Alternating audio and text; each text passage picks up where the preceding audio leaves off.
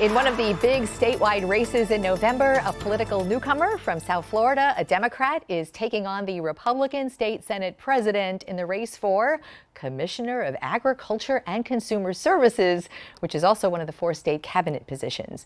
Currently in that role, Nikki Fried is the lone Democrat in statewide elected government. We invited both candidates to be with us today. Senate President Wilton Simpson has not responded.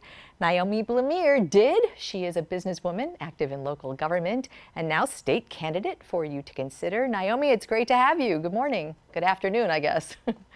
Good afternoon. Thank you so very much. It's an honor and a privilege to be here today. All ours, all ours. So start with a big, broad question. What qualifies you with your background to be the Commissioner of Agriculture and Consumer Services, the longest title in state government? Thank you for this question. So I have 20 plus years of experience in retail management, commercial banking. I work for the second largest bank in the United States, and I'm also a nonprofit leader.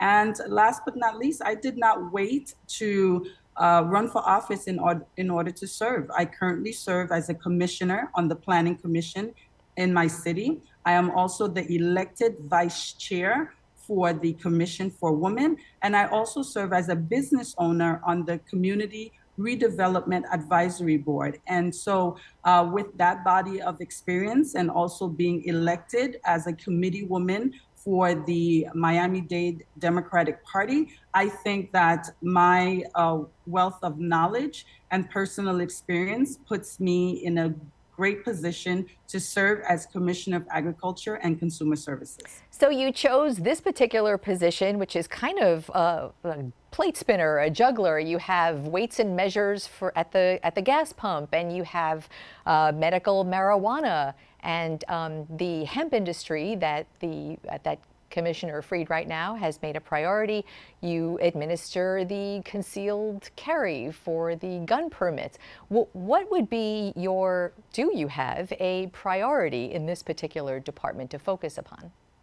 Absolutely. I have 4 main priorities. Number 1, the commissioner also oversees the free breakfast and lunch for all students in the public school systems. And as a mother, I want to ensure that every child has a nutritional breakfast and lunch every school day. Second, I want to ensure, as the current commissioner has done very well, I want to keep the NRA out of this department. I want to ensure that every person who applies for a concealed weapon license gets fully vetted, and those that qualify to get it quickly, and those that do not qualify receive a letter of disqualification or are not permitted to have the license.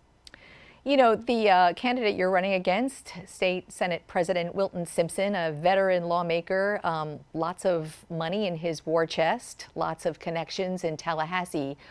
Why would you do a better job than he would in that position? Well, listen, I'm a mother, I'm a wife, I am a small business owner, and I am a hard-working Floridian. And I understand right now that Florida has become unaffordable. People are concerned about how they pay for gas. People are concerned about getting a 2-bedroom apartment and not being able to find one under $2,000. People are concerned on how they're going to put food on the table. My opponent is a millionaire. I do not believe he understands the everyday need of Floridians. I think I am well positioned to better serve in that capacity. Well, let me push back on that a little bit, because while all of those things may well be true, the position that you're running for is not a lawmaking or policy-making position. Rather, it's a ministerial and a management position. So why would you have an effect in that respect? You are absolutely right. I'm not a lawmaker. Nevertheless, I believe that this position requires me to do 3 things. Number 1, to be a manager, to manage the resources. Number 2, to be a regulator. And number 3, to to advocate for every single need that Floridians bring forth and desire for someone to speak up to. And so while my priorities clearly show that I will ensure that I roll out the responsibilities of the Commissioner of Agriculture while managing a budget of $1.9 billion, overseeing about 3,600 employees and some 19 departments and divisions, I also understand that the basic needs of Floridians are going to be before me as well, and I will need to advocate for them. You know, Naomi, there are a couple of issues that have really overtaken the headlines in past months. You know what those are, abortion rights in this state, and also either the perception or the reality of the LGBTQ community that civil rights are under assault and have been eroded, and that is just what we are going through as a community right now.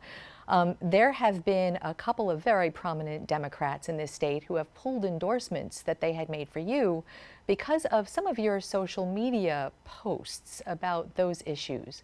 Would you explain that to us? So I'll begin with this. I have always been a woman who believes in a woman's right to choose. As a woman of color, as a woman of Haitian descent, I understand how important that right is.